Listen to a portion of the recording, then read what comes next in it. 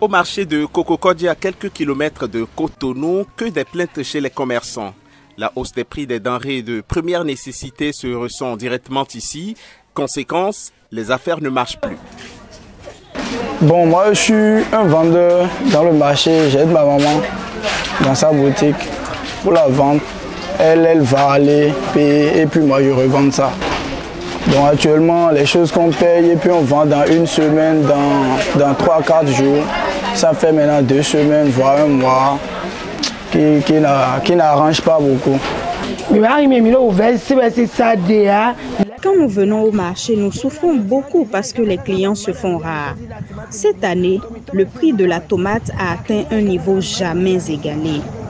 La mesure de maïs que nous achetions à 250 francs CFA a été vendue à 500 francs CFA.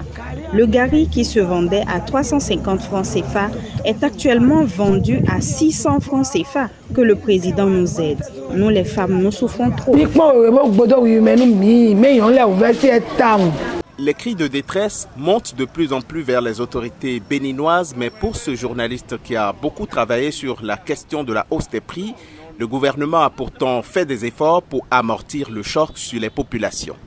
Dans le courant de l'année 2022, déjà en février-mars, le gouvernement, au travers d'un conseil des ministres, a fait un point de la situation et a pris une série de mesures pour défiscaliser certains produits importés.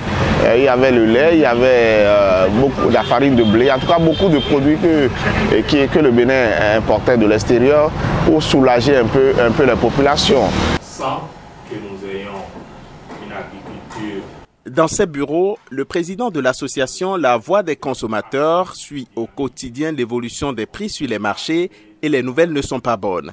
Toutefois, pour aider les populations, l'organisation a contribué à la mise en place de boutiques de référence où les produits sont vendus à prix modéré. Dans cette cherté de la vie, il y a eu beaucoup de spéculation. Et donc, en orientant les consommateurs vers les épiceries sociales que nous avons contribué à mettre sur pied, par exemple, là, ça a activé de la concurrence. Et à partir de ce moment donné, les opérateurs économiques ont compris que soit ils vendent des denrées agroalimentaires qui sont périssables, soit ils les conservent et vont se retrouver avec des pertes énormes. Pour atténuer la cherté des prix sur les marchés, le président de l'association La Voix des consommateurs, Robin Akrombessi, conseille aux autorités béninoises d'alléger la pression fiscale sur les commerçants.